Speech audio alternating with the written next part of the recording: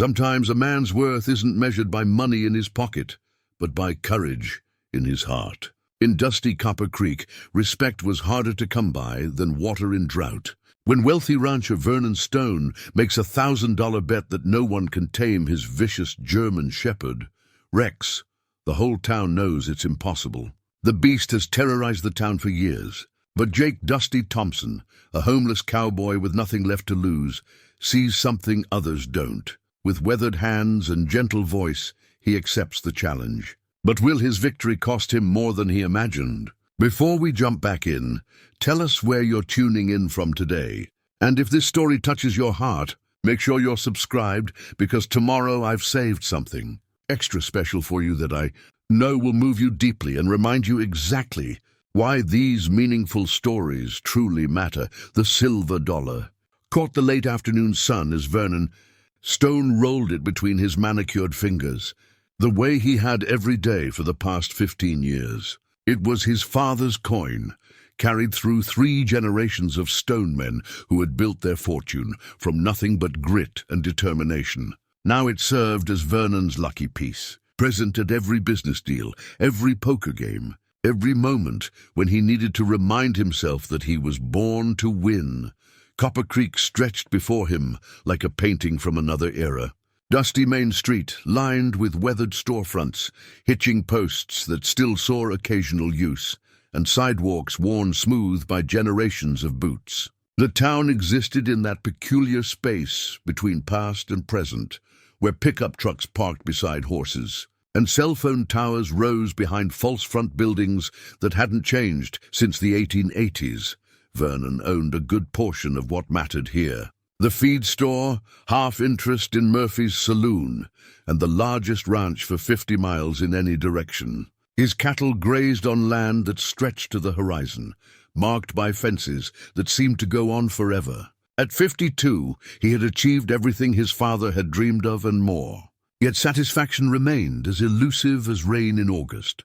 The German shepherd in the reinforced pen behind his house was a different kind of investment altogether. Rex had cost him $3,000 from a breeder in Colorado, selected for size, intelligence, and that particular intensity that made him an effective guard dog. But something had gone wrong in those first months. Maybe it was the thunderstorm that spooked him as a pup, or the rattlesnake encounter that left him with a permanent scar along his left flank. Whatever the cause, Rex had developed a reputation that extended far beyond the boundaries of Stone's property. The mailman refused to deliver anything requiring a signature. The veterinarian required 2 ranch hands and a tranquilizer gun for routine checkups. Children crossed to the other side of Main Street when Vernon brought Rex to town on the rare occasions he ventured out. The dog had become a symbol of something beyond mere protection. He represented power, fear, and the kind of control that money couldn't always buy. Murphy's saloon provided the social center of Copper Creek, the kind of place where ranchers, shop owners, and drifters could find common ground over whiskey and complaints about the weather. Sean Murphy had inherited the establishment from his grandfather, along with the scarred bar top, the ancient mirror behind the bottles, and the unwritten rules about who sat where and when. It was neutral territory, the kind of place where differences got settled with words rather than gunfire. At least most of the time, Sheriff Bill Hartley kept the peace with a combination of common sense and 30 years of experience dealing with stubborn men and their stubborn problems. At 60, he had seen enough conflicts to know that most troubles started with pride and ended with somebody learning a hard lesson about humility. He respected Vernon Stone's contributions to the community while remaining wary of the man's tendency to use his wealth as a weapon in disputes that called for diplomacy. The supporting cast of Copper Creek included Martha Whitfield, who ran the general store with quiet efficiency, while raising 2 grandchildren whose parents had died in a car accident 5 years earlier. At 45, she possessed the kind of practical beauty that came from genuine kindness and hard-earned wisdom. Her store served as an unofficial information center, where news traveled faster than gossip, and both moved at the speed of genuine concern for neighbors. Doc Peterson still made house calls despite being well past retirement age, his black bag containing remedies for ailments both physical and spiritual. Father Miguel tended to souls at the small Catholic church, while Reverend Tom handled the Protestant congregation with equal measures of fire and compassion. These men understood that healing came in many forms, and that sometimes the deepest wounds were the ones nobody could see. Into this carefully balanced world walked Jake Thompson, though he preferred the nickname Dusty, that spoke to long years of traveling dusty roads between jobs that never quite lasted long enough. His appearance suggested a man who had seen better days. Boots worn thin at the heels, jeans soft with age and repeated washing, a hat that had weathered more storms than its owner cared to remember, but his hands told a different story. They were gentle hands, the kind that could soothe a spooked horse or coax a frightened cat from beneath a porch. Scars along his knuckles spoke of honest work, while calluses bore witness to countless hours holding reins, tools, and lead ropes. When he spoke, his voice carried the quiet authority of someone who had earned respect through actions rather than demands. Dusty's arrival in Copper Creek followed the pattern of a dozen other towns over the past 5 years. He would find temporary work, keep to himself, and move on before anyone asked too many questions about his past.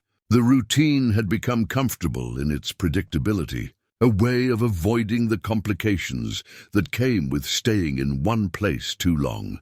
The worn leather saddle strapped to his back told its own story of better times. And tooled by a craftsman who understood that a good saddle was more than equipment.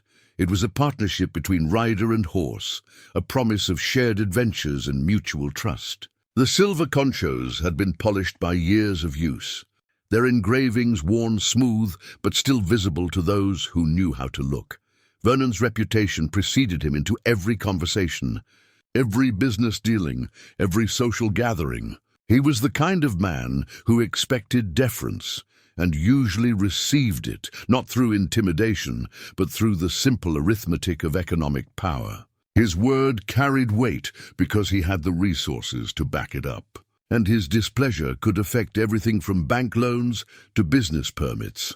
The antagonism between wealth and want wasn't unusual in a place like Copper Creek, but it rarely took on the personal edge that would soon develop between Vernon Stone and Dusty Thompson. Class differences existed as naturally as mountain ranges, accepted as part of the landscape rather than questioned or challenged. Most folks understood their place in the social order and found contentment within those boundaries. Rex represented something different for Vernon, though he would never have admitted it aloud. The dog's fierce loyalty and protective instincts filled a void that money couldn't address, providing the kind of unconditional devotion that had become rare in Vernon's world of calculated relationships and conditional friendships. That the dog was also feared throughout the community only added to his value as a symbol of Vernon's power and status. The economic divide in Copper Creek wasn't just about money. It was about opportunity, respect, and the kind of security that came from knowing your place in the world. Vernon had built his fortune through a combination of inheritance, shrewd business decisions, and the willingness to take calculated risks when the odds favored success. Dusty represented the other side of that equation, the men who worked for others and moved on when the work ran out. As the sun settled toward the western mountains, painting the sky in shades of orange and purple that belonged in a gallery, the stage was set for a confrontation that would test the assumptions both men had made about themselves and each other. Vernon's silver dollar caught the last rays of light as he prepared for another evening at Murphy's saloon, unaware that his world was about to change in ways he could never have anticipated.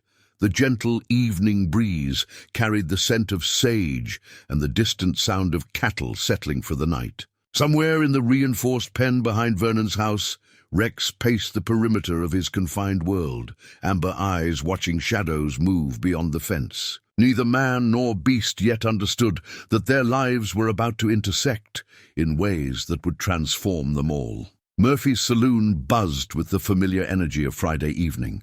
when ranchers and townspeople gathered to wash away the week's troubles with whiskey and conversation. The amber glow of oil lamps mixed with the harsh fluorescent light over the pool table, creating shadows that danced across walls lined with photographs of local heroes, cattle drives and championship rodeo riders. Sean Murphy moved behind the bar with practiced efficiency, knowing exactly what each regular customer wanted before they asked. Vernon Stone occupied his usual table near the window, where he could observe both the room and the street beyond. The silver dollar made its routine appearance as he concluded a business discussion with two neighboring ranchers about water rights and grazing permits. His presence commanded attention without demanding it, the natural result of being the man who could make things happen or prevent them from happening at all. The evening's normalcy shattered when Dusty Thompson pushed through the swinging doors, his weathered frame silhouetted against the fading light. Conversations quieted as heads turned to assess the stranger, taking in the travel-worn clothes, the careful way he removed his hat, and the quiet dignity in his bearing despite obvious circumstances. "Evening," Dusty said to Sean Murphy, his voice carrying the soft drawl of someone who had learned that politeness opened more doors than demands. "Wonder if you might have any work needs doing. I'm handy with repairs, cleaning, most anything that requires honest effort." Sean studied the stranger with the practiced eye of a man who had seen every type pass through his doors. Something in Dusty's manner suggested depths beneath the surface, a quality that distinguished him from the typical drifters seeking easy money or free drinks. "Might have some cleaning work," Sean replied carefully. "Pays not much, but it includes a meal and a place to sleep in the back room." "That's fair," Dusty nodded, then added quietly, "I appreciate honest work and honest wages." Vernon's attention sharpened at the exchange. Something about the newcomer irritated him, though he couldn't immediately identify what. Perhaps it was the man's dignity despite obvious poverty, or the way he carried himself without the submissive posture Vernon expected from those seeking charity. "You're new around here," Vernon announced, his voice carrying across the suddenly quiet saloon. It wasn't a question, but a statement that demanded response. Dusty turned toward the voice, meeting Vernon's gaze steadily. "Yes, sir. Just passing through, looking for honest work." "Passing through," Vernon repeated, rolling the silver dollar between his fingers. "That's what they all say. Tell me, stranger, what makes you think you're qualified for any kind of work around here?" The challenge in Vernon's tone was unmistakable. Several patrons shifted uncomfortably, recognizing the signs of brewing trouble. Dusty seemed to consider his response carefully, weighing words like a man who understood that the wrong answer could lead to serious consequences. "I've worked with animals most of my life," Dusty said simply. "Cattle, horses, dogs. Figure if a man can handle animals, he can handle most other work that comes along." Vernon's laugh held no warmth. "Animals, you say? That's interesting." He leaned back in his chair, the silver dollar catching the light as he continued to manipulate it. "I've got an animal you might find challenging." The saloon grew quieter still, patrons recognizing the direction of the conversation. Everyone in Copper Creek knew about Rex, and most had opinions about Vernon's decision to keep such a dangerous animal. Some viewed it as necessary protection, others as a symbol of power taken too far. "Tell me, stranger," Vernon continued, "you ever work with a German shepherd that sent 3 men to the hospital and put the fear of God into everyone else in this town?" Dusty's expression remained calm, though something flickered in his eyes that might have been interest rather than fear. "Can't say I have specifically, but I've worked with troubled animals before. Usually there's a reason when an animal turns aggressive." "A reason," Vernon repeated mockingly. "Well, here's a reason for you. I'll bet $1,000 that you can't get within touching distance of my dog without ending up in the emergency room. That's more money than a drifter like you sees in a year." The saloon fell completely silent. $1,000 represented serious money in Copper Creek, enough to buy a decent used truck or make a down payment on a small spread.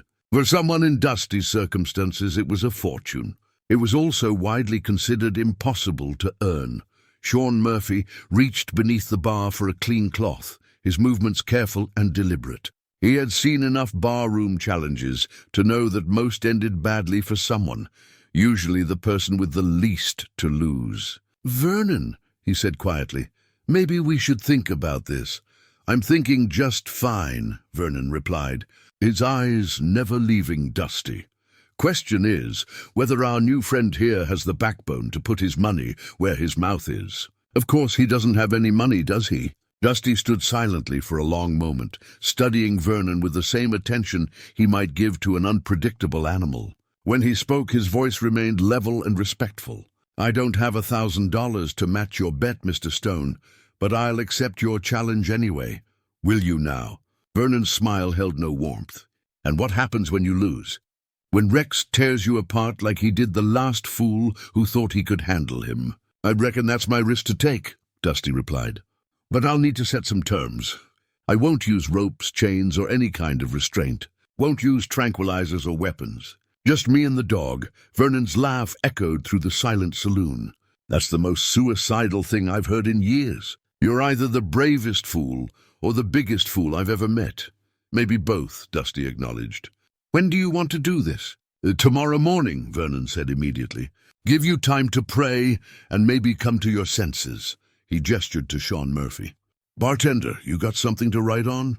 Sean reluctantly produced a napkin and a pen, watching as Vernon scrawled the terms of their agreement. The informal contract spelled out the challenge in simple terms.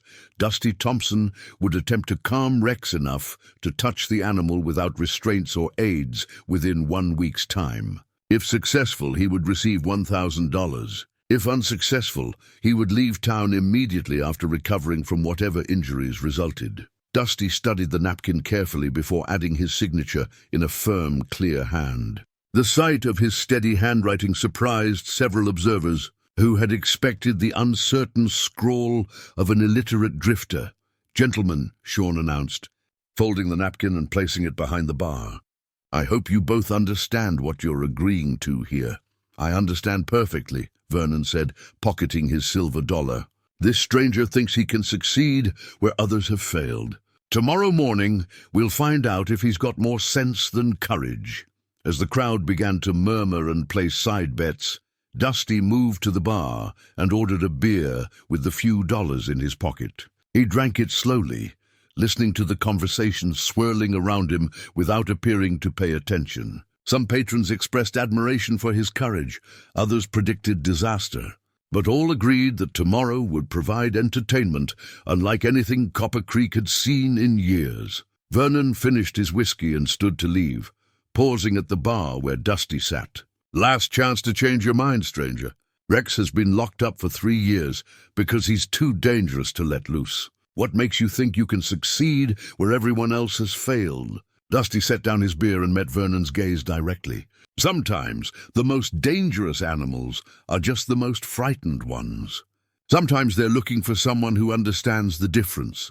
Vernon stared at him for a long moment before walking away without another word. The handwritten contract remained behind the bar, bearing witness to a challenge that would test far more than either man realized. Outside, the evening wind carried the distant sound of Rex pacing his enclosure, unaware that his world was about to change as dramatically as the lives of the 2 men who had just wagered everything on their ability to understand what lived in his wounded heart. Dawn broke grey and cool over Copper Creek, the kind of morning that promised heat later but offered a brief reprieve before the sun claimed its dominion over the high desert. Dusty had spent the night in the back room of Murphy's saloon, lying on a narrow cot that Sean had provided, along with a blanket that smelled of old tobacco and countless previous occupants. Sleep had come fitfully, interrupted by dreams of other dogs, other times, other challenges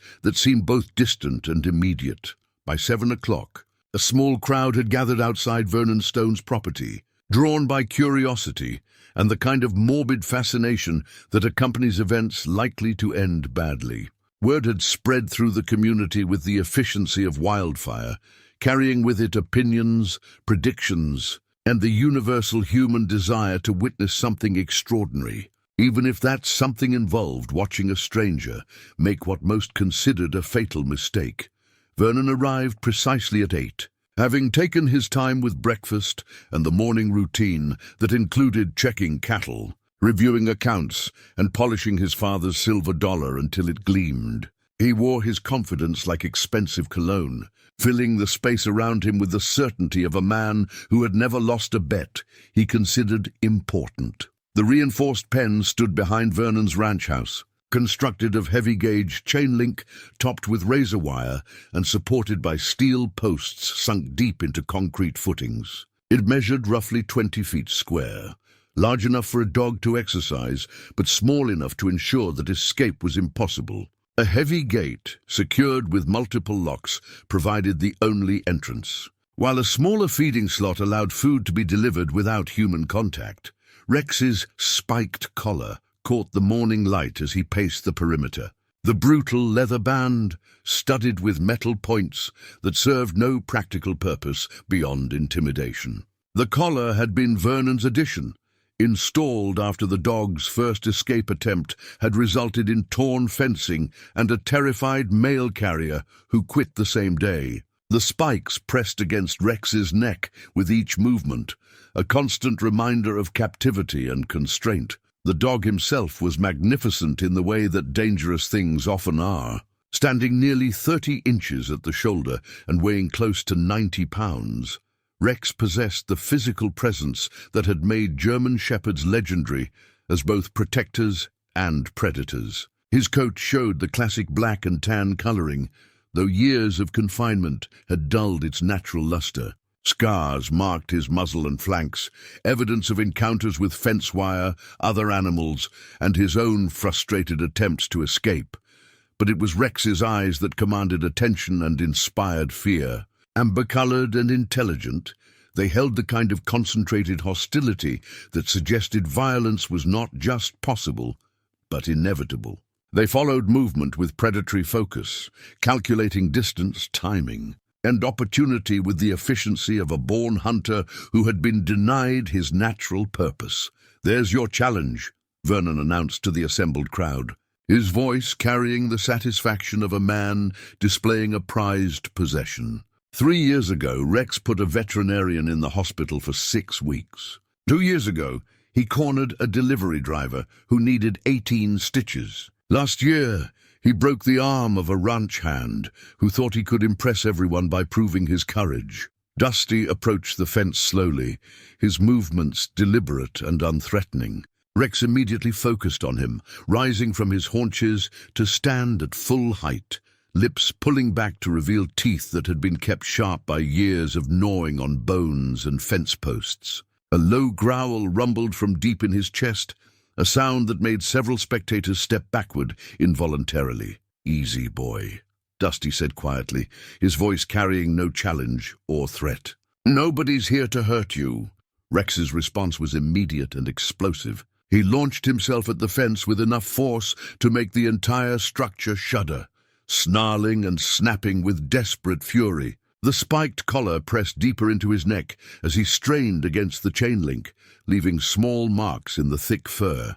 His claws scraped against the concrete foundation as he sought purchase for another assault. The crowd murmured appreciatively at the display of savage aggression, confirming their expectations about both the dog's dangerous nature and the stranger's likely fate. Vernon smiled broadly, already composing the story he would tell for years about the drifter who thought he could tame the untamable. But Dusty remained motionless beside the fence, showing no fear or surprise at Rex's violent reaction. Instead, he studied the dog with the kind of professional attention that a doctor might give to symptoms of a difficult diagnosis. He noted the way Rex favored his left rear leg, suggesting an old injury that had never healed properly. He observed how the dog's ears lay flat against his head, a sign of fear rather than simple aggression. Most telling was the way Rex's eyes darted constantly around the pen, seeking escape routes,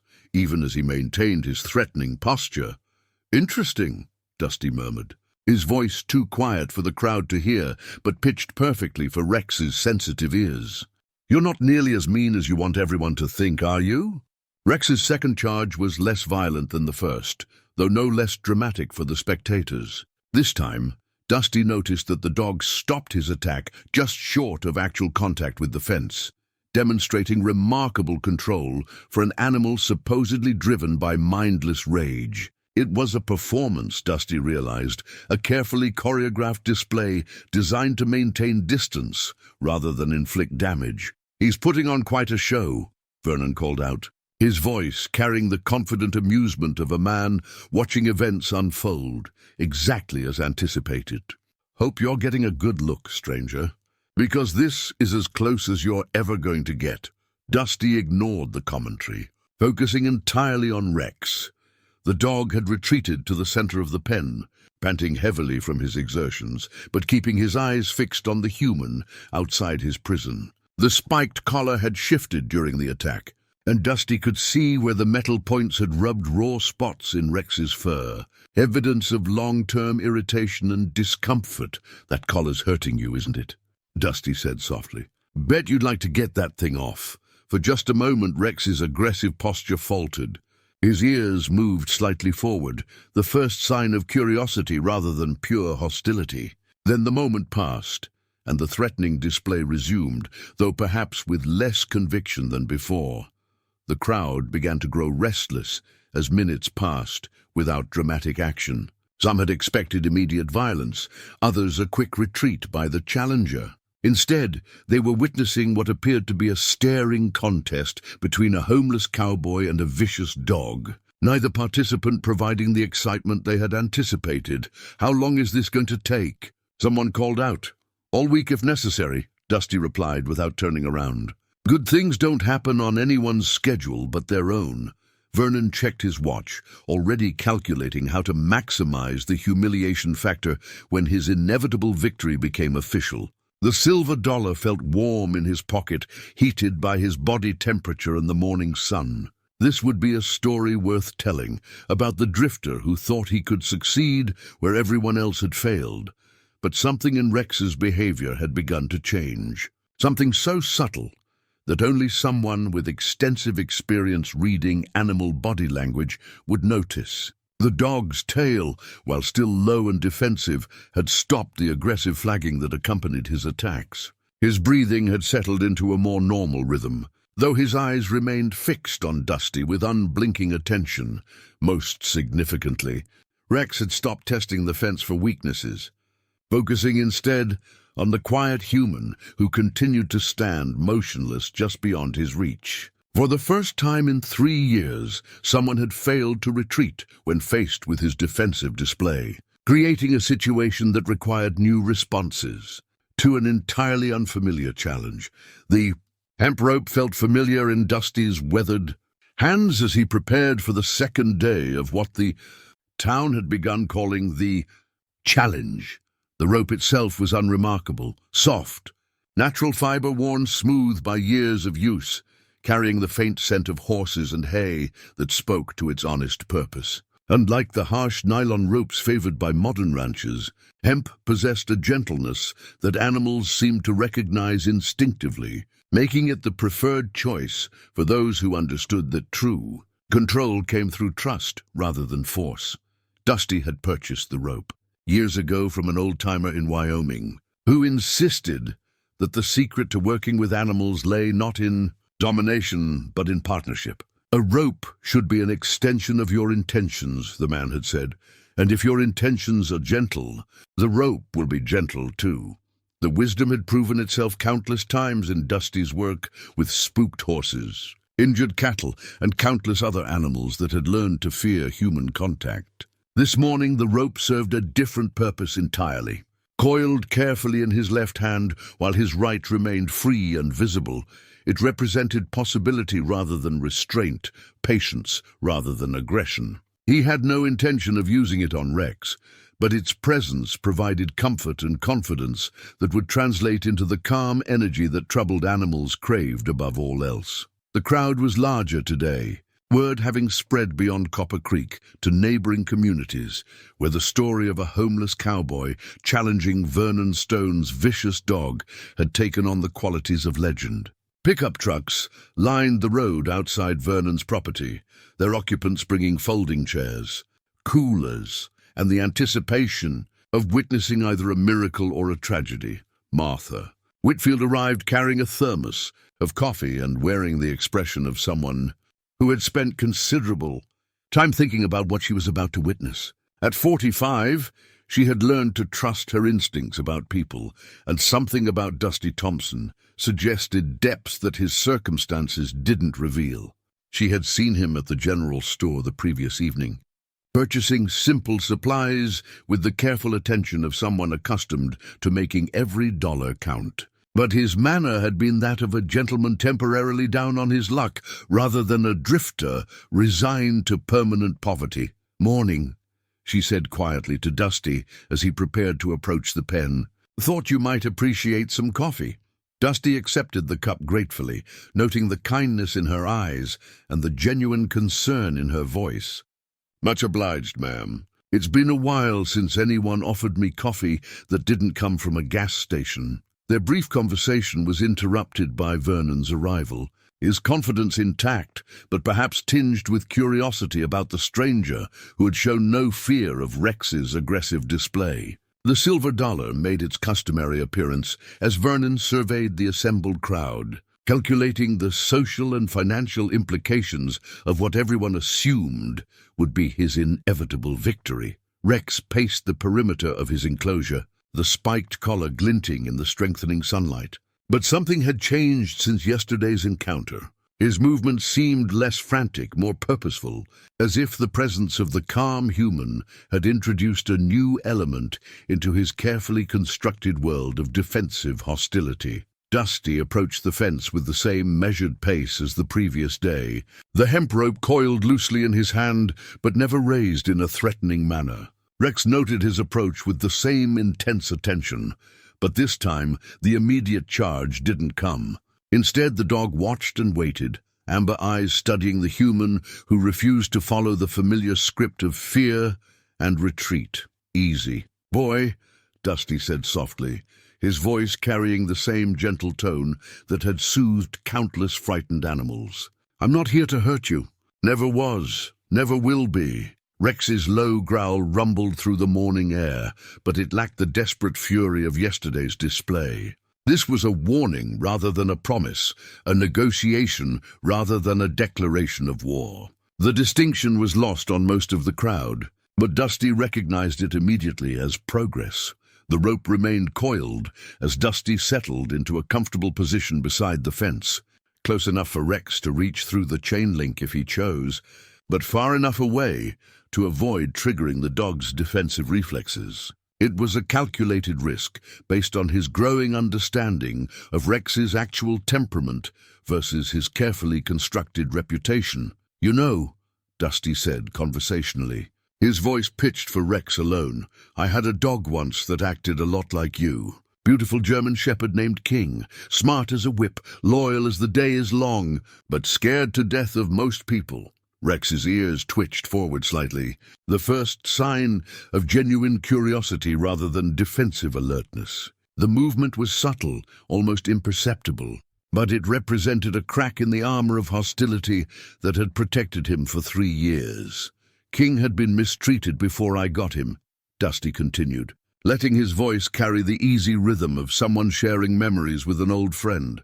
"Took months before he trusted me enough to take food from my hand. But once he did, there wasn't a finer partner anywhere."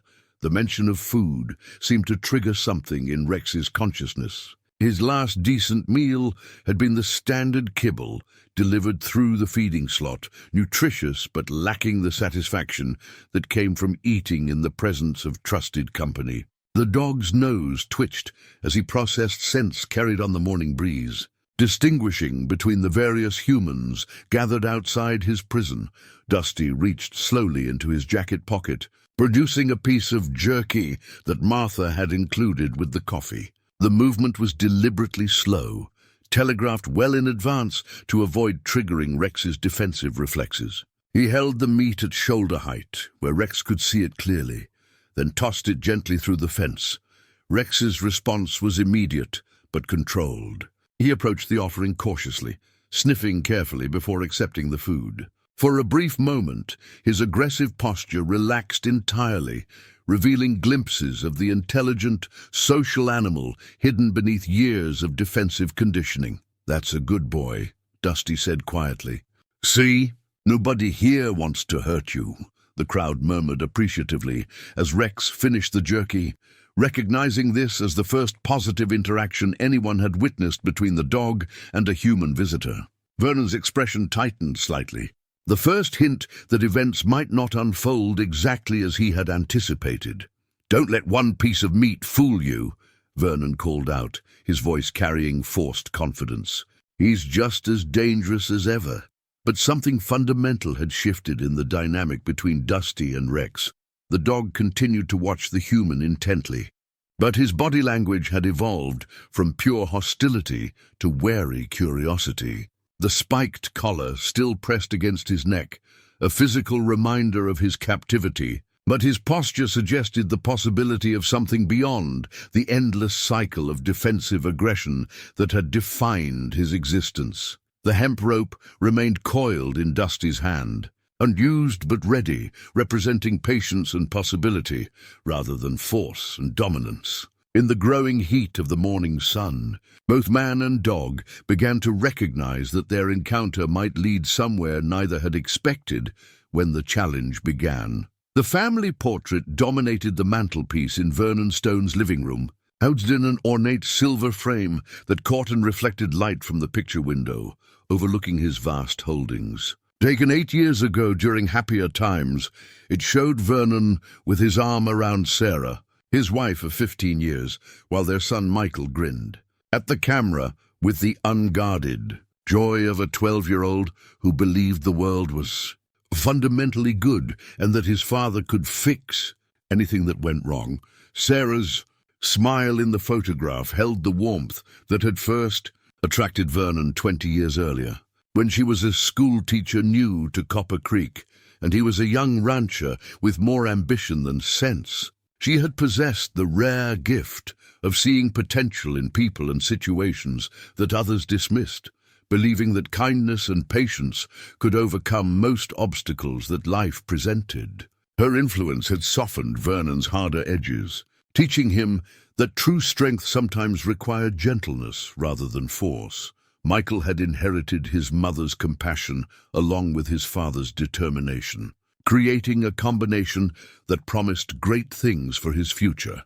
The boy had shown remarkable ability with animals, spending countless hours helping with cattle, horses, and the ranch dogs that served as both working partners and beloved family members. His easy way with creatures great and small had been a source of pride for Vernon, who saw in his son's abilities a continuation of the Stone family's connection to the land and everything that lived on it. The accident had changed everything in the space of 30 seconds on a rain-slicked highway outside town. Sarah and Michael had been returning from a school function when their car encountered a patch of black ice that sent them into an oncoming truck. The driver of the truck survived with minor injuries, but the Stone family lost 2/3 of its heart in an instant that replayed endlessly in Vernon's memory. The dog involved in the aftermath had been Ranger, a German shepherd who served as both family pet and working ranch dog. In the chaos following the accident, Ranger had escaped from the emergency responders and run into traffic, causing a secondary collision that injured 2 more people before he was finally captured. The authorities had insisted on putting Ranger down as a public safety measure, despite Vernon's protests that the dog was simply traumatized and confused. The loss of Ranger, coming so soon after Sarah and Michael's deaths, had completed Vernon's transformation from a man who believed in the possibility of good outcomes to one who expected disappointment and prepared for the worst. When he acquired Rex a year later, it was with the specific intention of obtaining a dog that would be protective rather than social, intimidating rather than welcoming.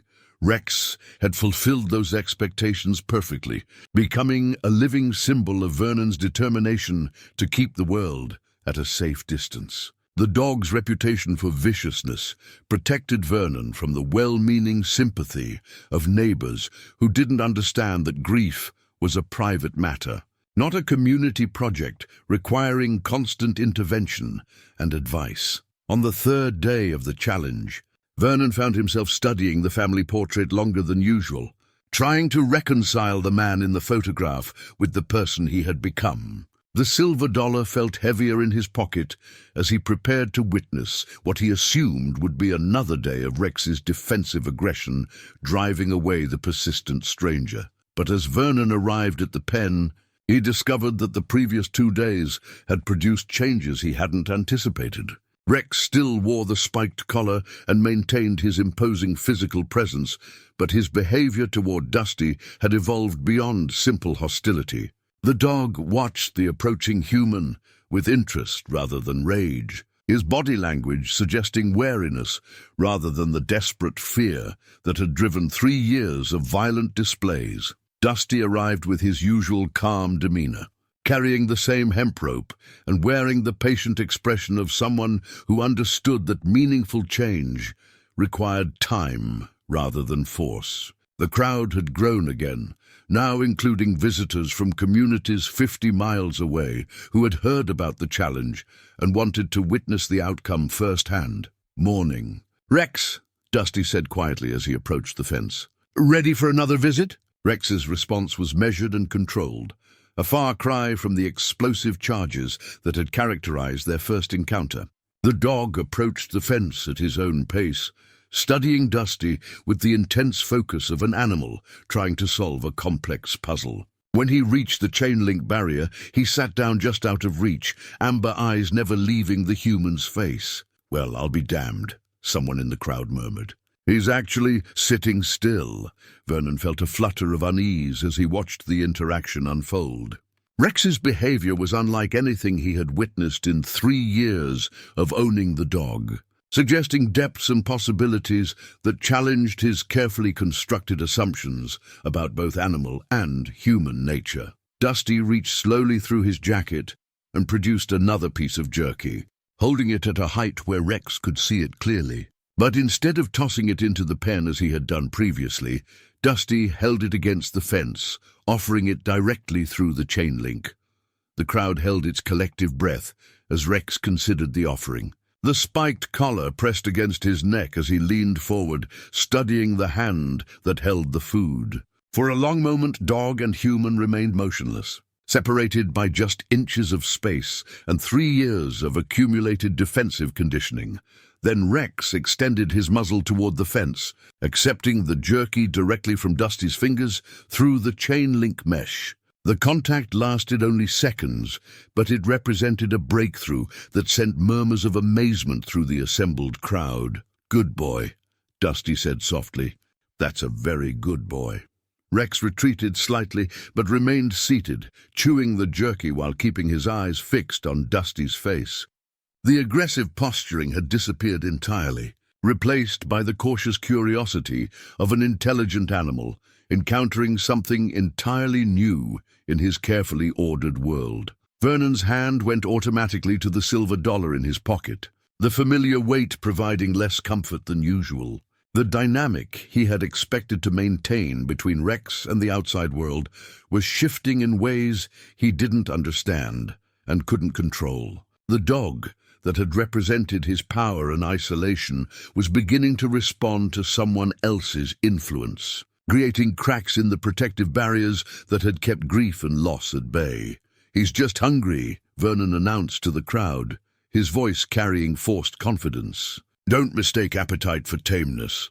But even as he spoke the words, Vernon recognized them as wishful thinking rather than objective observation. Rex's behavior represented genuine change rather than temporary accommodation, suggesting that the stranger understood something about animals that Vernon himself had forgotten in his determination to keep the world at a distance. The family portrait at home seemed to watch Vernon through the picture window as he contemplated the possibility that his assumptions about dogs, strangers, and the nature of trust itself might require fundamental reconsideration. In the growing heat of the morning sun, both man and dog found themselves facing changes that neither had anticipated when the challenge began. The Copper Creek Gazette operated from a cramped office above the hardware store, where editor and publisher Jenny Martinez had been documenting the community's daily struggles and occasional triumphs for the past 12 years. Her weekly paper typically featured crop reports, high school sports scores, and the kind of local news that mattered to people who measured their lives in seasons rather than headlines. But the story developing at Vernon Stone's ranch represented something different entirely, a human interest. Piece with the potential to capture attention far beyond the boundaries of their small community. Jenny's front-page headline read, "Local Challenge Draws Crowds," above a photograph she had taken the previous day showing Dusty Thompson calmly offering food to Rex through the chain-link fence. The image captured a moment of connection that challenged everything most people believed about the notorious German Shepherd, creating a visual narrative that spoke to deeper themes of understanding and redemption. The newspaper's circulation normally extended to neighboring ranches and the few remaining small towns within a 50-mile radius, reaching perhaps 3,000 readers on a good week. But this week was different. Jenny's story about the homeless cowboy and the vicious dog had been picked up by larger papers in the region, then shared on social media platforms by people who recognized something universal in the tale of patience overcoming fear. By the fourth day of the challenge, the crowd at Vernon's ranch included visitors from Colorado, New Mexico, and even a television news crew from Denver that had driven 5 hours to document what they termed a modern David and Goliath story. The influx of outsiders created traffic problems on Main Street and a boom in business for Murphy's Saloon, the general store, and the small motel that hadn't seen full occupancy in 3 years.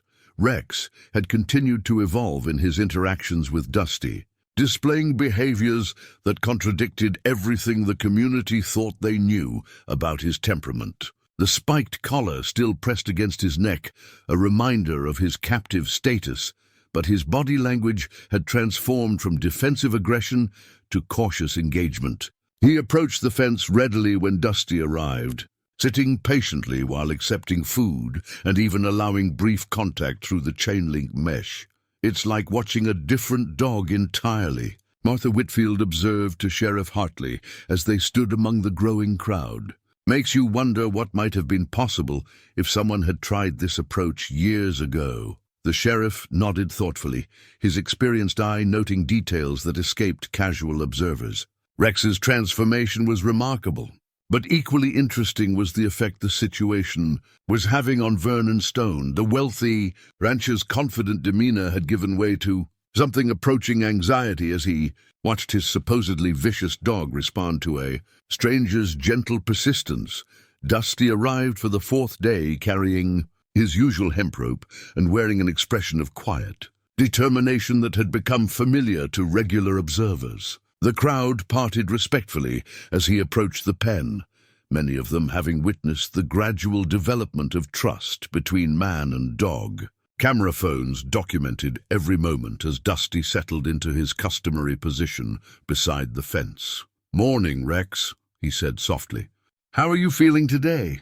Rex's response was immediate and positive, approaching the fence with what could only be described as enthusiasm. The dog sat down within touching distance, his amber eyes focused on Dusty's face with an intensity that suggested recognition and anticipation rather than mere tolerance. The breakthrough came when Dusty extended his hand through the chain link and Rex moved forward to meet it, allowing the human to scratch behind his ears for the first time in 3 years. The contact lasted nearly 30 seconds, with Rex leaning into the touch and displaying obvious pleasure at the human contact he had been denied for so long. The crowd's reaction was immediate and emotional. Several people applauded spontaneously, while others wiped away tears at witnessing what seemed like a minor miracle. The television crew captured every moment, recognizing that they were documenting something far more significant than a simple bet between 2 men. Vernon's face had gone pale as he watched Rex respond to Dusty's touch with obvious enjoyment. The dog that had been his symbol of power and protection was revealing himself to be a social animal, desperate for companionship, undermining 3 years of carefully maintained mythology about his dangerous nature. "He's still a vicious animal," Vernon announced to anyone within hearing distance, but his voice carried less conviction than usual. "Don't let one moment of calm fool you about his true nature." But even as Vernon spoke, Rex was demonstrating the fallacy of that assessment. The dog remained calm and relaxed as Dusty continued to pet him through the fence, showing no signs of the explosive aggression that had defined his reputation. If anything, Rex seemed to be savoring the human contact, pressing against the chain link in an effort to maximize the physical connection. The romantic subplot that had been developing between Dusty and Martha took on new dimensions as she watched him work with Rex. Her initial attraction to his quiet dignity had deepened into genuine admiration for his patience and skill with troubled animals. She found herself imagining conversations about their shared future, wondering if his obvious talents might find permanent expression in Copper Creek. "You've got a gift," she told him quietly during a brief break in the demonstration. "Have you ever thought about staying in one place long enough to put it to good use?" Dusty's response was carefully measured, revealing both interest and caution. "I've thought about it, but a man in my circumstances doesn't usually get offers to settle down in respectable communities." "Maybe it's time your circumstances changed," Martha replied, her meaning clear enough to bring a smile to Dusty's weathered face.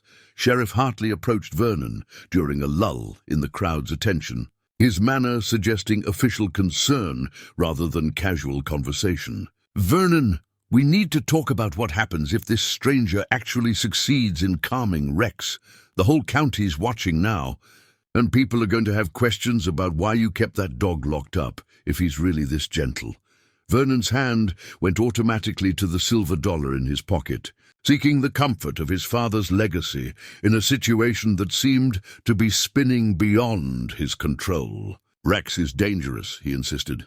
"1 week of good behavior doesn't change 3 years of documented aggression."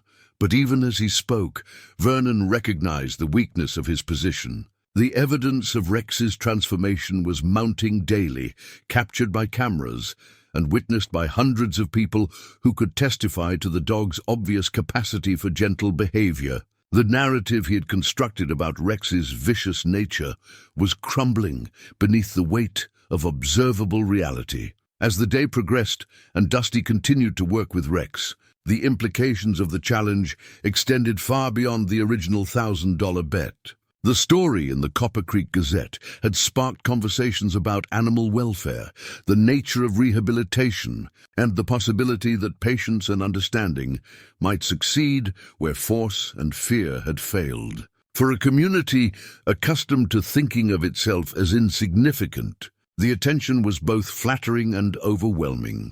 The faded military commendation letter had been folded and refolded so many times that the creases had become permanent features of the document, creating a map of years spent hidden in wallets, duffel bags, and jacket pockets. The official seal of the United States Army remained visible at the top, though the colors had muted to sepia tones that spoke of age and countless handlings. Staff Sergeant Jacob D. Thompson's name appeared in formal type, followed by details of his service that painted a picture entirely at odds with his current circumstances. The letter had been tucked away in Dusty's worn leather saddlebag, secured in a waterproof pouch along with his discharge papers, a few precious photographs, and the military dog tags he no longer wore but couldn't bring himself to discard. He rarely looked at these remnants of his former life, preferring to let the past remain buried beneath layers of accumulated disappointment and self-imposed exile from the world that had once defined his identity. But Rex's response to his touch had awakened memories that refused to stay buried. The feel of the dog's fur beneath his fingers, the intelligent amber eyes studying his face, the gradual emergence of trust from beneath layers of defensive conditioning, all of it reminded him of another German shepherd in another place, during a time when his skills with military working dogs had made him one of the most respected canine handlers in the army. King had been his partner for 3 deployments in Afghanistan, a magnificent animal whose intelligence and loyalty had saved countless lives during their service together. They had worked explosive detection missions in hostile territory, their partnership representing the kind of perfect synchronization between human and animal that military trainers spent years trying to achieve. King could detect improvised explosive devices from distances that seemed impossible, his sensitive nose identifying chemical signatures that electronic equipment missed.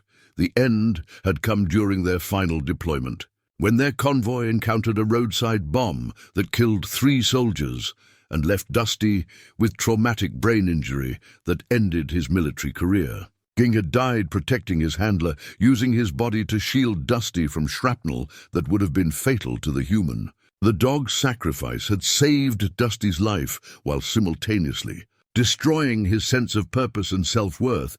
The commendation letter detailed Dusty's achievements during 6 years of exemplary service, including 3 Bronze Stars and a Purple Heart earned during operations that remained classified even now. But the official recognition felt hollow compared to the loss of King, whose death had left Dusty questioning everything he had believed about duty, sacrifice, and the price of survival. The transition to civilian life had been devastating in ways that medical professionals couldn't quantify or treat. Dusty had tried to maintain employment in various dog-related fields, but the emotional triggers were too powerful. Every working dog reminded him of King. Every training session reopened wounds that refused to heal. Eventually, he had abandoned his expertise entirely, choosing the anonymous existence of a drifter over the constant reminders of what he had lost. Vernon Stone discovered the truth through a combination of suspicion and modern technology. The stranger's obvious expertise with Rex had prompted him to hire a private investigator, a former police detective who specialized in background checks for wealthy clients who wanted to know exactly who they were dealing with. The investigator's report arrived by email on the morning of the 5th day, accompanied by copies of military records that told a story Vernon hadn't expected. Staff Sergeant Jake Dusty Thompson wasn't just another drifter with a natural affinity for animals. He was a decorated war veteran whose expertise with military working dogs had been legendary within specialized circles. His fall from grace hadn't been caused by failure or incompetence, but by the kind of psychological trauma that left even the strongest individuals struggling to rebuild their shattered lives. Vernon's reaction to the revelation was complex and deeply personal. Part of him felt betrayed by Dusty's failure to reveal his credentials, as if the challenge had been conducted under false pretenses. But a larger part recognized the implications of what he had learned. Rex's transformation wasn't the result of luck or simple persistence, but the application of professional skills developed through years of training and experience. The discovery forced Vernon to confront uncomfortable questions about his own motivations and assumptions. Had he been so determined to maintain Rex's reputation for viciousness that he had deliberately avoided seeking professional help? Had his desire to keep the world at a distance prevented him from considering that the dog's problems might have solutions? When Vernon arrived at the pen on the 5th day, he carried the investigator's report in his jacket pocket, along with his father's silver dollar.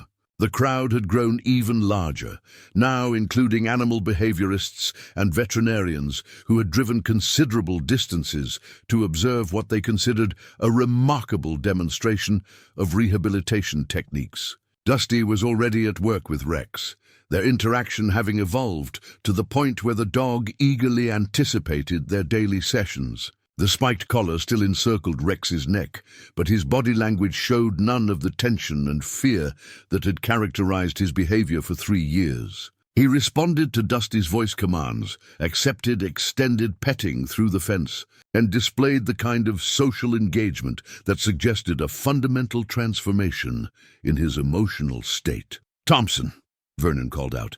his voice carrying an edge that caused both Dusty and Rex to turn toward him. "I think it's time we had an honest conversation about who you really are."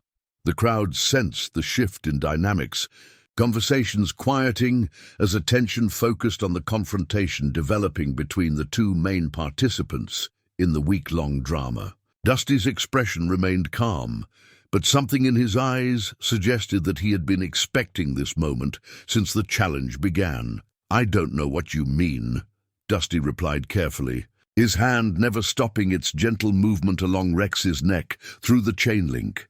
Vernon pulled the printed report from his pocket, holding it up where everyone could see. Staff Sergeant Jake Dusty Thompson, decorated war veteran, expert canine handler with 6 years of military service. "That's who you really are, isn't it?" The revelation hit the crowd like a physical force, generating immediate reactions ranging from admiration to anger. Some people felt deceived by Dusty's failure to reveal his credentials, while others saw his military service as additional reason to respect his efforts with Rex. The television crew immediately began repositioning their cameras to capture what promised to be a dramatic confrontation. Dusty stood slowly, his movements careful and deliberate as he faced Vernon across the space between them. Rex sensed the tension and moved closer to the fence, pressing against the chain link as if trying to provide support to the human who had shown him such kindness. "Yes," Dusty said simply. "That's who I used to be." "Used to be?" Vernon's voice carried a mixture of anger and confusion. "You made this bet under false pretenses. You let everyone think you were just another drifter when you're actually a professional animal trainer." "I'm not a professional anything anymore," Dusty replied, his voice carrying depths of pain that silenced the crowd's murmuring. "I lost that right when I lost my partner. Everything I knew about working with dogs died with King in Afghanistan." The admission revealed layers of trauma that transformed the morning's revelation from simple deception to something far more complex. Dusty's expertise with Rex wasn't the calculated manipulation of a professional seeking easy money, but the painful resurrection of skills he had tried to bury, along with his military identity. Martha Whitfield pushed through the crowd, her face showing the compassion that had first attracted Dusty's attention. "Your service record doesn't change what we've all witnessed this week," she said firmly. "If anything, it makes what you've accomplished with Rex even more meaningful." But Vernon wasn't ready to accept that interpretation. The silver dollar felt hot in his pocket as he struggled with the implications of Dusty's revealed identity. Rex's transformation had been remarkable enough when attributed to natural talent and persistence. The knowledge that it resulted from professional expertise applied by a decorated war veteran created an entirely different narrative, one that cast Vernon's own role in much less favorable light. The Smith & Wesson revolver sat heavy in Vernon Stone's desk drawer, its blued steel surface reflecting the dim light from his study lamp. The .357 Magnum had belonged to his father, purchased new in 1978 and carried daily during the elder Stone's years as a working rancher. It was a practical weapon, designed for protection against rattlesnakes, coyotes, and the occasional human predator who might threaten livestock or family. Vernon had inherited it along with the ranch, the silver dollar, and the weight of expectations that came with carrying on a family legacy.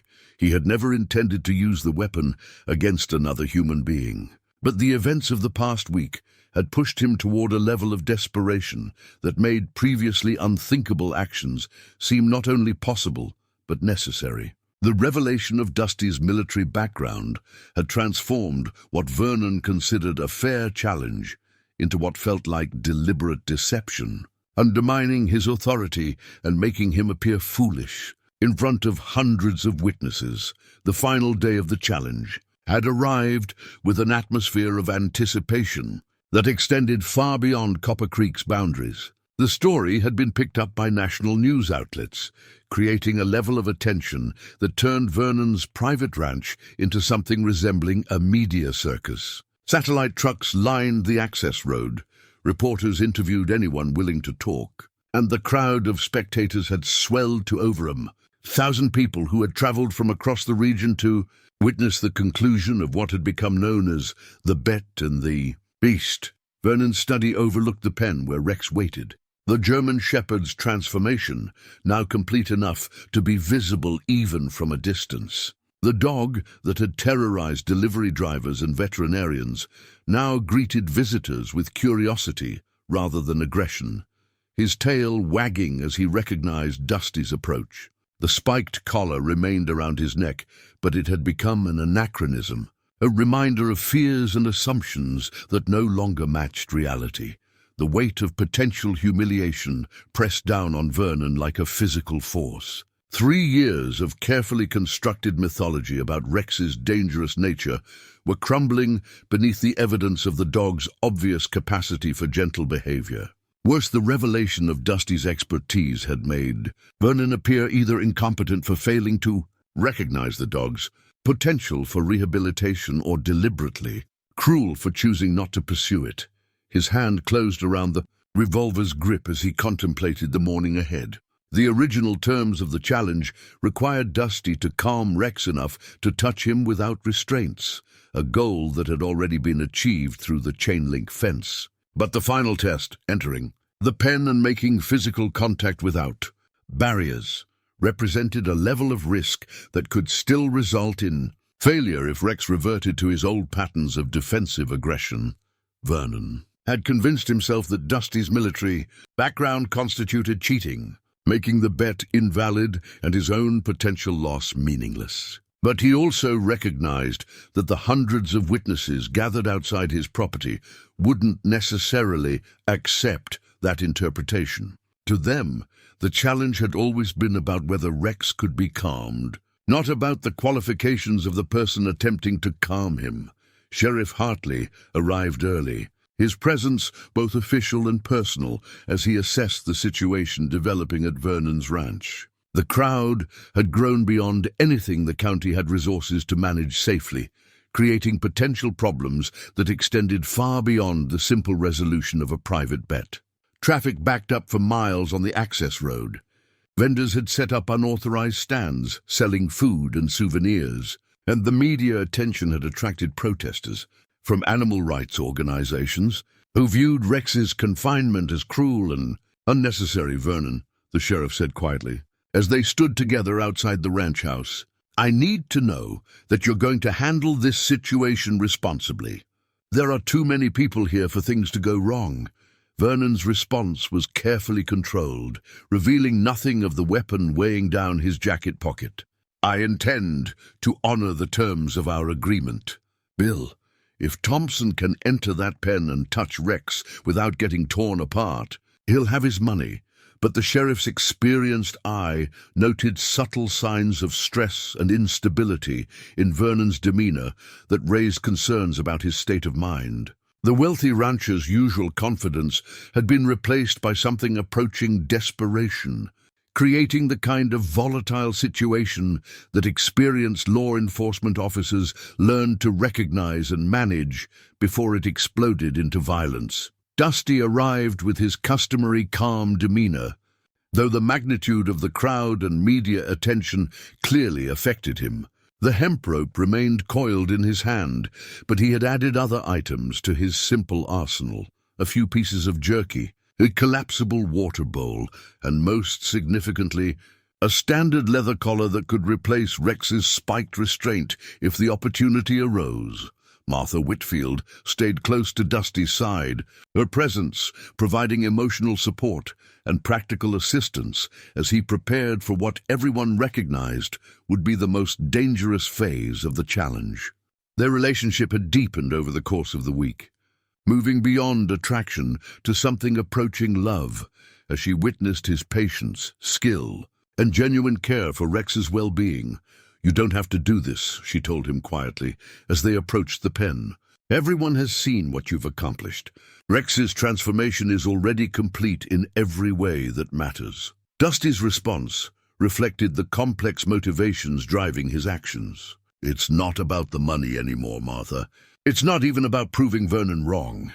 Rex has been locked up for 3 years because people were afraid of what he might do. If I don't complete this challenge, he'll go right back to that pen, and all the progress we've made will be meaningless. The crowd pressed closer as Dusty began his final preparations, their excitement tinged with anxiety about what they were about to witness. Rex had responded beautifully to interaction through the fence, but entering his territorial space represented a qualitatively different level of trust and risk. Even the most optimistic observers acknowledged that cornered animals could revert to defensive behaviors regardless of previous progress. Vernon positioned himself at the edge of the crowd, his right hand resting casually in his jacket pocket where his fingers could close around the revolver's grip. He had convinced himself that he was prepared to use the weapon to protect Dusty if Rex attacked, but deeper motivations lurked beneath his surface rationalizations. The challenge had become a symbol of everything he felt he was losing: control, respect, and the carefully constructed barriers that protected him from a world that had already taken everything he truly valued. The television crews established their positions. Cameras focused on the pen, where Rex waited with obvious anticipation for his daily interaction with the human who had become the most important element in his restricted world. The dog's body language showed none of the tension that had characterized his behavior for years, suggesting that he viewed Dusty's presence as positive rather than threatening. Dr. Sarah Chen, a veterinary behaviorist from Colorado State University, had driven 5 hours to observe what she considered a remarkable demonstration of rehabilitation techniques. Her professional assessment confirmed what most observers had already concluded: Rex's transformation represented genuine behavioral change, rather than temporary accommodation to unusual circumstances. What we're seeing here challenges conventional wisdom about aggressive dogs, she explained to a reporter. This animal's capacity for positive social interaction was always present, but it required someone with exceptional skill and patience to access it. As the morning progressed toward the moment of truth, tension built like pressure in a steam boiler. Dusty spent additional time at the fence, reinforcing his connection with Rex through gentle conversation and physical contact that demonstrated their mutual trust. The dog responded with obvious pleasure, pressing against the chain link and vocalizing softly in ways that suggested contentment rather than distress. Vernon's grip tightened on the concealed weapon as he watched the interaction develop. The silver dollar in his other pocket had lost its familiar comfort, feeling more like an anchor than a talisman as he contemplated the destruction of everything he had built his identity around since losing his family. The key to the pen hung on a chain around Vernon's neck, its weight a constant reminder of his power to control access to Rex's enclosed world. In a few minutes, he would be expected to unlock that gate and allow Dusty to enter the space that had been Rex's prison for 3 years. The moment represented far more than the resolution of a simple bet. It was a test of everything both men believed about trust, fear, and the possibility of redemption. Sheriff Hartley maintained his position near Vernon, ready to intervene if the situation deteriorated beyond peaceful resolution. His radio crackled with updates from deputies managing traffic and crowd control, but his primary attention remained focused on the 2 men whose confrontation had drawn this extraordinary gathering. The morning sun climbed higher, heating the air and adding to the tension that seemed to radiate from every person in the assembled crowd. Rex continued to demonstrate the gentle behavior that had emerged over the course of the week, but everyone understood that entering his pen would represent the ultimate test of whether his transformation was complete or merely superficial. As Dusty prepared to ask Vernon for the key, both men faced a moment that would define not only the outcome of their challenge, but the nature of who they were and who they might become in the aftermath of what promised to be an unforgettable confrontation. The whiskey bottle had been in Vernon's hand before he realized he had retrieved it from his jacket pocket, the amber liquid sloshing as his trembling fingers struggled to maintain their grip. It was a small flask, the kind carried by men who needed liquid courage for difficult moments, though Vernon rarely drank during daylight hours and never in public. The metal felt warm against his palm, heated by proximity to the concealed revolver and his own rising body temperature as stress pushed his cardiovascular system toward dangerous levels. "The key, Vernon," Dusty said quietly, his voice carrying the same gentle authority he had used with Rex throughout the week. "It's time." The crowd pressed closer, their collective breathing creating an almost audible tension as hundreds of people focused on the moment that would determine the outcome of the challenge. Camera lenses tracked every movement. Reporters prepared their concluding statements. And spectators who had traveled hundreds of miles leaned forward to witness what promised to be either a triumph of human-animal connection or a tragedy that would haunt Copper Creek forever. Vernon's hand went to the chain around his neck, fingers closing around the key that had controlled access to Rex's prison for 3 years. The metal felt heavier than its actual weight, burdened with the symbolism of power, control, and the barriers he had constructed between himself and a world that had already demonstrated its capacity for devastating loss. Rex waited inside the pen with obvious anticipation, his amber eyes focused on Dusty with an intensity that spoke to the bond they had developed over the course of their week-long interaction. The spiked collar pressed against his neck as he moved, but his body language showed none of the defensive aggression that had characterized his behavior for years. He approached the gate as Vernon unlocked it, tail wagging with the enthusiasm of a dog greeting a beloved friend. The sound of the lock disengaging seemed unnaturally loud in the morning air, a metallic click that represented the opening of possibilities that had been closed for too long. Dusty stepped forward slowly, his movements telegraphed clearly to both Rex and the watching crowd. The hemp rope remained coiled in his left hand, unused but ready, while his right hand stayed visible and empty as he crossed the threshold into Rex's enclosed world.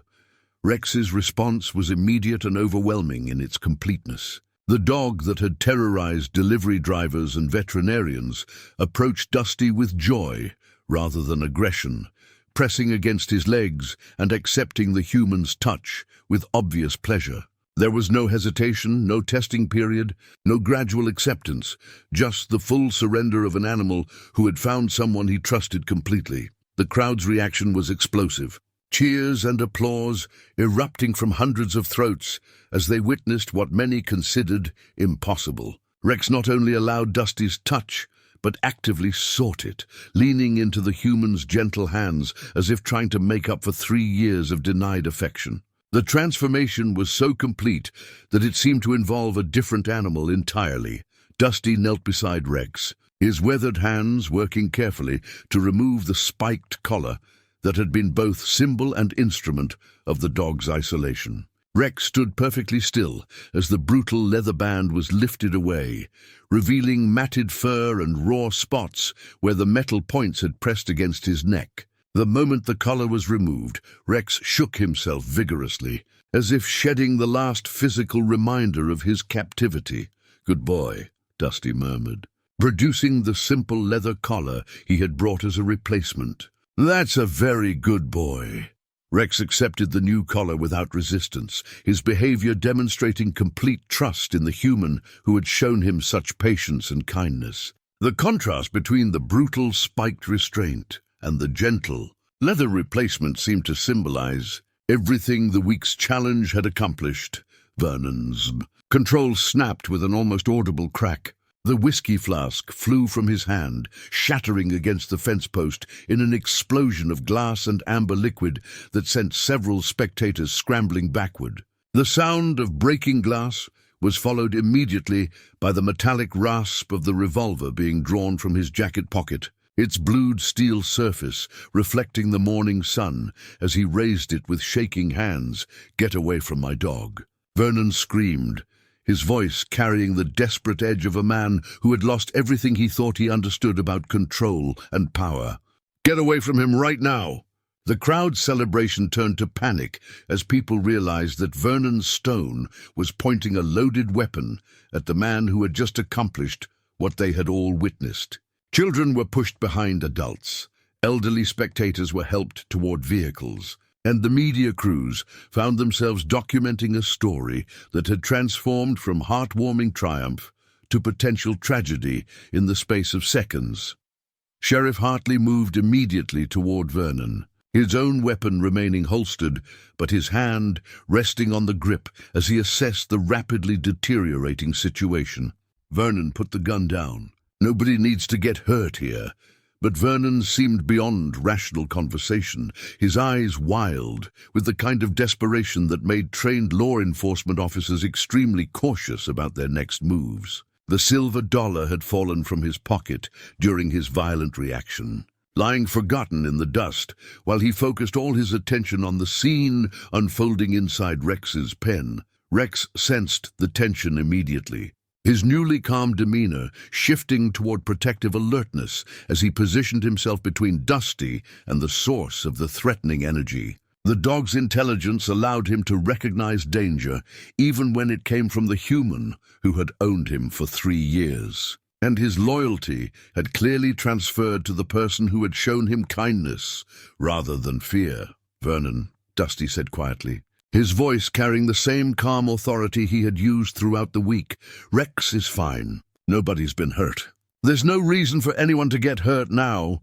But Vernon's finger was already moving toward the trigger, his face contorted with rage and humiliation as he contemplated the complete destruction of everything he had believed about himself, his dog, and his place in the community he had dominated for so long. The new leather collar around Rex's neck was simple and functional, devoid of the brutal spikes that had marked his years of captivity. Crafted from soft brown leather and fitted with a standard buckle, it represented everything the old restraint had not: comfort, dignity, and the possibility of a life defined by trust rather than fear. As Rex moved to position himself protectively in front of Dusty, the collar's gentle weight seemed to remind him that he was no longer a prisoner but a dog with choices about how to respond to the threatening situation developing around them.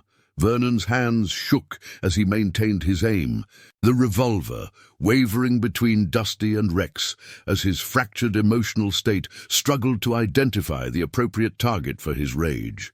3 years of carefully constructed mythology about his dangerous dog and his own position of unassailable authority were crumbling before hundreds of witnesses, creating a level of humiliation that his wounded psyche found unbearable. "You made me look like a fool," Vernon said, his voice breaking with the strain of emotions he could no longer control.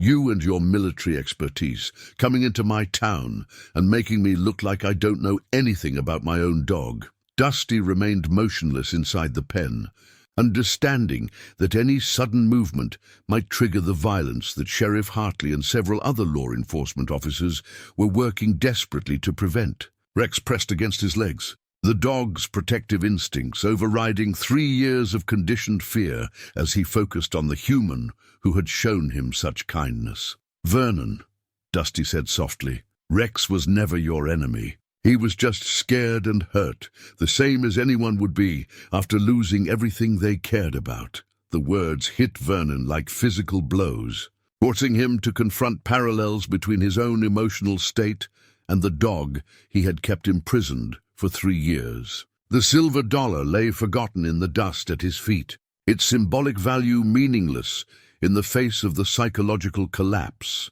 that had been building since Sarah and Michael's deaths. Rex's transformation reached its completion as he stepped forward, placing himself squarely between Dusty and the weapon pointed in their direction. The dog that had been feared throughout Copper Creek showed no aggression toward Vernon, but his protective stance made clear that he would not allow harm to come to the human who had earned his absolute trust and loyalty. "He's protecting you," Martha called out from the crowd, her voice carrying across the tense silence that had fallen over the assembled spectators. "Look at him, Vernon. He's not the same dog you locked up. He's become what he was always meant to be. Vernon's grip on the revolver loosened slightly as he processed the implications of Rex's behavior. The dog's protective instincts were focused on Dusty rather than Vernon himself, demonstrating a transfer of loyalty that represented the final nail in the coffin of Vernon's assumptions about ownership, control, and the nature of the relationship between human and animal. Sheriff Hartley took advantage of Vernon's momentary distraction to move closer, his own weapon now drawn but pointed toward the ground in a non-threatening position. "Vernon, I know you're hurting. We all know what you've been through since Sarah and Michael died. But this isn't the way to handle it." The mention of his family's names seemed to break through Vernon's rage, replacing anger with the deeper pain that had been driving his actions since the night he lost everything that mattered to him. Tears began to flow down his weathered cheeks as the full weight of his isolation and grief crashed down upon him with devastating force. "They're gone," Vernon whispered, the revolver beginning to lower as his emotional defenses collapsed entirely. "Sarah and Michael are gone, and I couldn't protect them. I couldn't save them." Dusty recognized the opening and took a calculated risk, stepping forward slowly while keeping his hands visible and non-threatening. Rex moved with him, the dog's new collar catching the sunlight as he maintained his protective position, while showing no aggression toward the man who had been his captor for 3 years. "I lost someone too," Dusty said quietly, his voice carrying the weight of his own grief and understanding. "My partner King died saving my life, and I spent 5 years thinking I didn't deserve to survive when he didn't. But keeping myself locked up didn't honor his memory. It just wasted the life he died to protect." Vernon's hand opened, allowing the revolver to fall harmlessly to the ground as the last of his resistance crumbled. Sheriff Hartley immediately secured the weapon while other officers began the delicate process of managing the crowd and ensuring that the situation remained under control. The 1,000 people who had gathered to witness the resolution of a simple bet found themselves observing something far more profound, the moment when 2 broken men recognized their shared pain and began the process of healing that had been denied to both of them for far too long. Rex approached Vernon slowly, his new collar gleaming as he extended his muzzle toward the man who had imprisoned him for 3 years. There was no aggression in the gesture, no retribution for past treatment. Just the simple offer of connection from an animal who understood forgiveness better than most humans. Vernon knelt in the dust, his hands trembling as he accepted Rex's tentative approach. The dog that had symbolized his power and isolation was offering him something he hadn't experienced since his family's death: unconditional acceptance and the possibility of redemption. "I'm sorry," Vernon whispered, his voice broken by years of suppressed grief. "I'm so very sorry." The crowd watched in respectful silence as 3 broken souls, 2 men and 1 dog, began the process of healing that would transform all their lives in ways none of them could yet imagine. The land deed bore Martha Whitfield's signature in clear, confident script, transferring ownership of 40 acres and a modest ranch house to Jacob Dusty Thompson and his new bride. The document represented far more than a simple real estate transaction.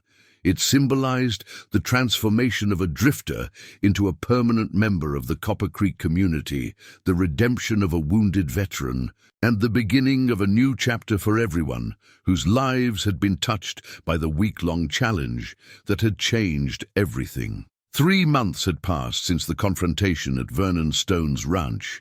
Time enough for the immediate shock of events to settle into a new reality that surprised everyone involved. The media attention had eventually moved on to other stories, but the changes it had catalyzed in Copper Creek continued to ripple through the community in ways both subtle and profound.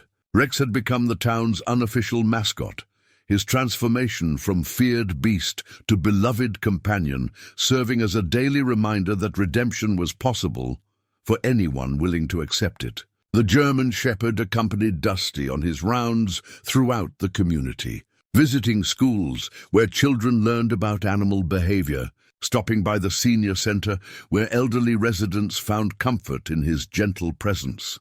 and serving as a therapy dog for veterans dealing with their own struggles with post-traumatic stress. The simple leather collar he wore had been replaced by one bearing a brass nameplate that read Rex Therapy Dog, though most people in Copper Creek simply called him by name, greeting him on the street like the community member he had become. His coat had regained its natural luster. His eyes held the intelligence and contentment of an animal living his intended purpose, and his behavior demonstrated the profound change that patience and understanding could accomplish. Dusty's animal rehabilitation center occupied a converted barn on the property Martha had deeded to him as a wedding gift. The building transformed into a facility that specialized in helping troubled animals overcome trauma and behavioral problems. Word of his work had spread throughout the region, bringing clients from hundreds of miles away who sought help for dogs, horses, and other animals that conventional training methods had failed to reach. The center operated on a sliding scale that ensured no animal was turned away for financial reasons, funded by a combination of paying clients, donations from supporters, and occasional grants from organizations dedicated to animal welfare. Dusty's military background and demonstrated expertise with Rex had established his credibility, but it was his genuine compassion for both animals and their human families that built his reputation as someone who could accomplish the seemingly impossible. Martha had proven to be more than just a supportive wife. She was a partner in the rehabilitation center's operations. Her business skills and community connections providing the organizational foundation that allowed Dusty to focus on what he did best.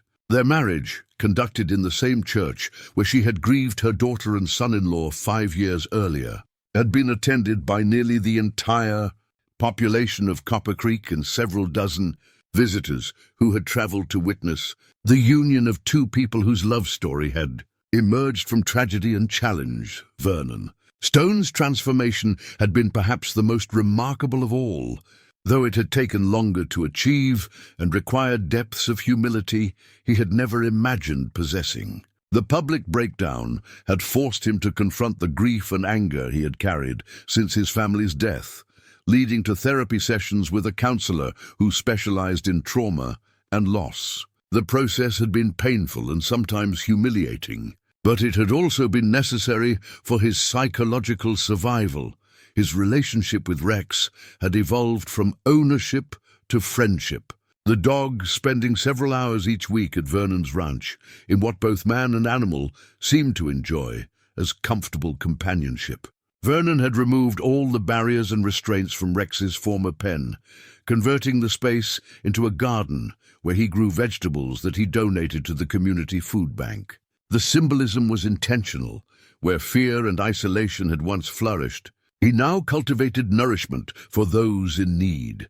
The silver dollar remained in Vernon's possession, but its meaning had changed from a symbol of inherited luck to a reminder of lessons learned about the difference between power and strength, control and leadership, fear and respect. He had begun speaking at regional conferences about grief counseling and animal welfare, sharing his story as an example of how even the most damaged relationships could be healed through patience and genuine commitment to change. Sheriff Hartley had retired 6 months earlier than planned, satisfied that Copper Creek was in capable hands and ready to spend time with his grandchildren while he was still healthy enough to enjoy their company. His final official act had been to recommend that no charges be filed against Vernon for the weapon incident, recognizing that the man's emotional breakdown had been a cry for help rather than a genuine threat to public safety. Dr. Sarah Chen had co-authored a paper about Rex's rehabilitation that was published in the Journal of Veterinary Behavior, documenting the techniques Dusty had used and their applications for other cases of trauma-induced aggression in domestic animals. The research had attracted attention from veterinary schools and animal behavior specialists around the world, establishing the Copper Creek model as a template for similar programs in other communities. The land deed that had formalized Dusty and Martha's Partnership remained framed on the wall of their modest ranch house, displayed alongside Dusty's military commendations and a photograph of Rex playing with local children in the town park. The image captured everything their work had accomplished: fear transformed into joy, isolation replaced by community, and the simple truth that most problems yielded to patience, understanding, and the willingness to see potential rather than just present circumstances. On quiet evenings, when the rehabilitation center was closed and the last clients had returned home with their newly confident animals, Dusty would sit on his front porch with Martha beside him and Rex at their feet. The view from the porch encompassed the 40 acres they now called home, the town of Copper Creek spreading in the distance, and the mountains beyond that had witnessed all their struggles and triumphs. Sometimes Vernon would join them, bringing coffee and conversation that ranged from practical matters about animal care to deeper discussions about loss, healing, and the unexpected ways that life could surprise even those who thought they had seen everything. These moments reminded all of them that redemption was not a destination, but a journey, and that the most meaningful victories were often the ones that transformed everyone involved. The hemp rope that had begun the week as a symbol of Dusty's wandering life now hung on a peg in the barn, used daily in his work with troubled animals, but representing permanence rather than temporary passage. Like everything else in their transformed lives, it had found its proper purpose through the simple act of staying in one place long enough for deeper truths to emerge. As the sun set over Copper Creek, painting the sky in shades of orange and purple that belonged in a gallery, three souls who had found each other through challenge and conflict settled into the comfortable routine of people who had learned that home was not a place, but a choice, and that the most important victories were the ones measured not in dollars or recognition, but in the quiet satisfaction of lives well lived and love freely shared.